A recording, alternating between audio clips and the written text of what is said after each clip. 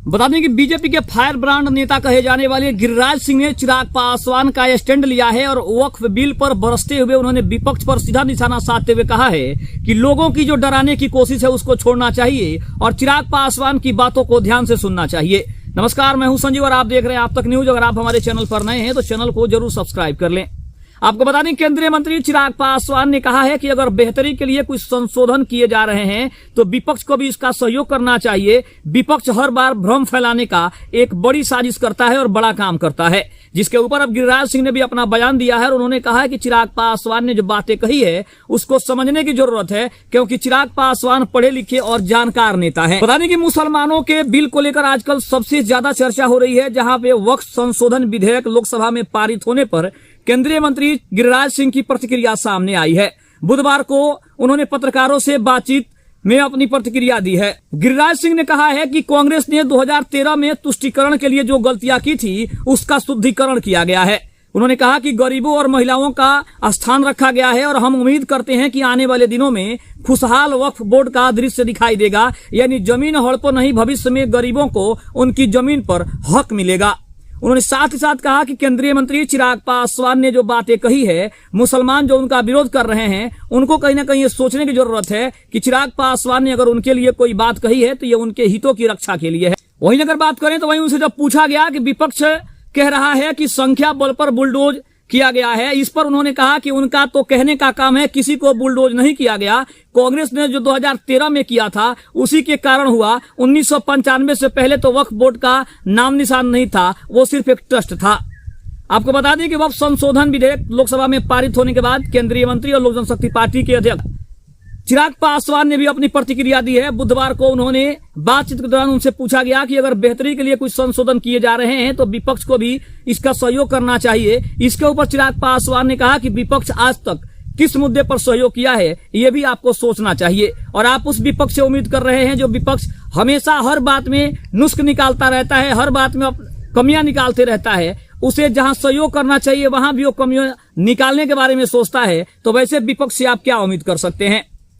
उन्होंने साफ तौर पे कहा कि इस नियम को पारदर्शिता बनाने के लिए ये जो नियम है इसमें संशोधन किया गया है और नियमों का जो संशोधन है, अगर इसे आम आदमी और आम जनता को अगर इसमें राहत मिलती है तो कहीं ना कहीं संशोधन जायज है और इसके ऊपर सवाल नहीं उठना चाहिए। साथ ही साथ उन्होंने ये भी कहा कि जो महागठबंधन मुसलमानों के हितों की बात करता है उस महागठबंधन को यह जरूर जवाब देना चाहिए कि जो संशोधन किए गए हैं बिल में, आखिर उसमें गलती क्या है, किस बात के लिए आखिर इतना हल्ला मचा हुआ है, इतना शोर शराबा किया गया और आखिरकार कल रात में इस विधेयक को पारित किया गया है, जहां पे बीजेपी को और एनडीए के तमाम दलों को काफी मशक्कत करनी पड़ी। अगर बात करें तो केंद्रीय मंत्री चिराग पासवान ने कहा है कि विपक्ष की लोगों को डराने की आदत बन गई है। पहले सीएए पर भ्रम फैलाने का प्रयास किया गया। चिराग ने सवाल करते हुए कहा कि बताइए कौन से मुसलमान की नागरिकता छीन ली गई है। केंद्रीय मंत्री ने यह भी कहा कि धारा 370 को लेकर भी इसी तरह भ्रम फैलाया गया और हर बार लोगों को डराया गया और विपक्ष इसमें काफी माहिर है। चिराग पासवान ने कहा कि अगले 2 साल में लोगों को पता चल जाएगा। 2029 के चुनाव और 6-7 महीने के बाद बिहार में होने वाले चुनाव में इसके परिणाम दिख जाएंगे। अगर गरीब मुसलमानों को मुख्य धारा से जोड़ने का काम किया जा रहा है तो इसमें विपक्ष लोगों को तकलीफ क्यों दे रहा है और साथ ही साथ इसके लिए विपक्ष भ्रम क्यों फैला रहा है। चिराग पासवान ने कहा कि जो भी गरीब मुसलमान हैं उनको मुख्य धारा से जोड़ने का काम सरकार कर रही है और देश के यशस्वी प्रधानमंत्री श्री नरेंद्र मोदी जी के कार्यकाल में देश चारों तरफ से प्रगति कर रहा है। उसके अलावा उन्होंने ये भी कहा कि गिरिराज सिंह ने जो बयान दिया, एनडीए के जो तमाम नेताओं ने बयान दिया, इसका मतलब स्पष्ट है कि मुसलमानों के हितों की रक्षा के लिए ये इस बिल को लाया गया है, इस विधेयक को लाया गया है और इसमें जो संशोधन किए गए हैं इससे किसी को कोई परेशानी ना हो। इसमें हर वर्ग को, मुसलमान में जो भी गरीब वर्ग के लोग हैं, जो भी गरीब जनता है, उसको मुख्य धारा से जोड़ने की अगर कोशिश की जा रही है तो इसे समझने की जरूरत है। लेकिन विपक्ष को इससे कोई लेना देना नहीं है। विपक्ष को हिंदू और मुस्लिम का कार्ड खेलना है और इसीलिए विपक्ष इसके ऊपर इतना शोर शराबा कर रहा है ताकि लोगों का जो ध्यान है वो चुनाव से पहले हिंदू मुसलमान के ऊपर बढ़ जाए, ताकि इसका फायदा महागठबंधन आने वाले चुनाव में उठा सके। साथ ही साथ अगर हम बात करें तो आगामी विधानसभा चुनाव को लेकर भी इस बिल को काफी महत्वपूर्ण माना जा रहा है, क्योंकि विपक्ष को ऐसा लगता है कि इससे उसको फायदा हो रहा है। दूसरी तरफ एनडीए को ऐसा लगता है कि इस विधेयक को पारित करने के बाद अब एनडीए का जो वोट बैंक है वो मुसलमानों का वोट बैंक भी उसके पास आ जाएगा और आगामी विधानसभा चुनाव में इसका ज्यादा फायदा होता दिखाई देगा। लेकिन सबसे दिलचस्प मामला यह है कि तेजस्वी यादव हो, महागठबंधन के अन्य नेता हो, कांग्रेस पार्टी हो, सभी ने इस विधेयक का विरोध किया है और कोई भी पार्टी ये नहीं चाहती थी, विपक्ष का कोई भी दल ये नहीं चाहता था कि इस विधेयक को पारित किया जाए। इसीलिए शायद इतनी सारी बातें की गई और अब चिराग पासवान ने उसके ऊपर जो स्पष्टीकरण दिया है, इससे स्पष्ट है कि मुसलमानों को अपनी तरफ करने में एनडीए ने एक और नया दांव खेला है और इससे आगामी विधानसभा चुनाव में एनडीए को कितना फायदा होगा ये देखना काफी दिलचस्प होगा। इसके अलावा बात करें तो आगामी विधानसभा चुनाव को लेकर चिराग पासवान और नीतीश कुमार की जो जोड़ी है वो एक बार फिर से रंग दिखाती नजर आ रही है। जिस तरह से चिराग पासवान ने नीतीश कुमार के नेतृत्व में चुनाव लड़ने और नीतीश कुमार को अपना सर्वमान्य नेता गठबंधन का माना है, उसको देखते हुए कल नीतीश कुमार ने भी चिराग पासवान के बारे में जो प्रतिक्रिया दी है वो काफी दिलचस्प है।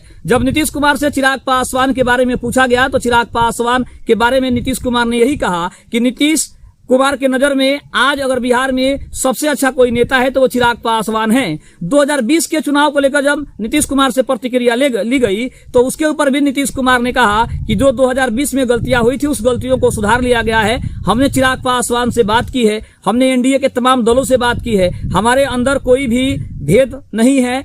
हर आदमी एक दूसरे को सपोर्ट कर रहा है, हर पार्टी एक दूसरे को सपोर्ट कर रही है और इसीलिए आज हम एक मजबूत गठबंधन है और आगामी विधानसभा चुनाव में इस मजबूती का फायदा और इस मजबूती की जो झलक है वो आपको विधानसभा चुनाव में जरूर दिखाई देगी कि हमारे अंदर कितनी मजबूती है, हम कितने एकजुटता के साथ इस चुनाव को लड़ रहे हैं। साथ ही साथ अगर पीएम नरेंद्र मोदी के कार्यों को देखा जाए, पीएम नरेंद्र मोदी के शासनकाल को देखा जाए तो नीतीश कुमार ने उसके ऊपर भी प्रतिक्रिया दी है और उन्होंने कहा है कि जब से वो एनडीए का हिस्सा फिर से बने हैं तब से उन्हें स्वतंत्रता मिल रही है काम करने में। बिहार में विकास का जो रथ है उसको वो तेजी से दौड़ा रहे हैं और इसमें एनडीए के जितने भी तमाम बिहार के सहयोगी दल हैं वो सभी उनका समर्थन कर रहे हैं, सभी उनका सपोर्ट कर रहे हैं। तो इससे स्पष्ट है कि आगामी विधानसभा चुनाव में इन सभी का फायदा एनडीए गठबंधन को मिलेगा और एक बार फिर से हम सरकार बनाने में कामयाब होंगे। दूसरी तरफ ये भी कहा जा रहा है कि वीआईपी के प्रमुख मुकेश सहनी को भी कहीं ना कहीं एनडीए में शामिल करने की कोशिश की जा रही है और देखना काफी दिलचस्प है कि क्या मुकेश सहनी सच में एनडीए का हिस्सा बनेंगे, क्योंकि 2020 के चुनाव में एनडीए का महत्वपूर्ण हिस्सा थे सनत मलाह के नाम से मशहूर मुकेश सहनी और वहां पे उनको मंत्री पद भी दिया गया था। हालांकि बाद में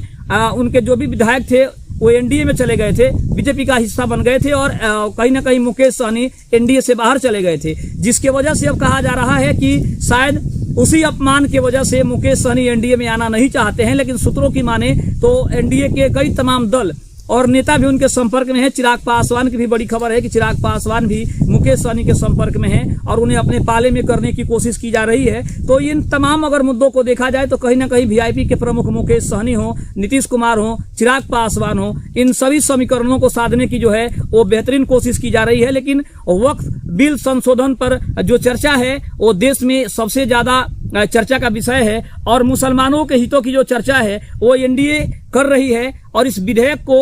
मुसलमानों के लिए सबसे कारगर बता रही है। साथ ही साथ आगामी विधानसभा चुनाव में इसका जितना बेनिफिट हो वो एनडीए लेना चाहता है। तो इन सभी तमाम समीकरणों को देखा जाए तो एक बार फिर से मुसलमानों को अपने पाले में करने के लिए जो ये बिल को विधानसभा चुनाव से पहले लाया गया है इसका कितना फायदा होगा ये तो आने वाले चुनाव में पता चलेगा। लेकिन जिस तरह से कुछ मुस्लिम संगठनों ने चिराग पासवान और बिहार में नीतीश कुमार का विरोध किया था उसको अब कहीं ना कहीं पीछे छोड़ दिया गया है और उस मुद्दे से कहीं ना कहीं लोगों को हटा दिया गया है। और अब जो ये वक्फ बिल संशोधन का जो बात चल रही है, ये जो मुद्दा चल रहा है, अब इस पे लोगों को लाने की कोशिश की जा रही है क्योंकि इस बिल का विरोध महागठबंधन कर रहा था और एनडीए ने इसका समर्थन किया और आखिरकार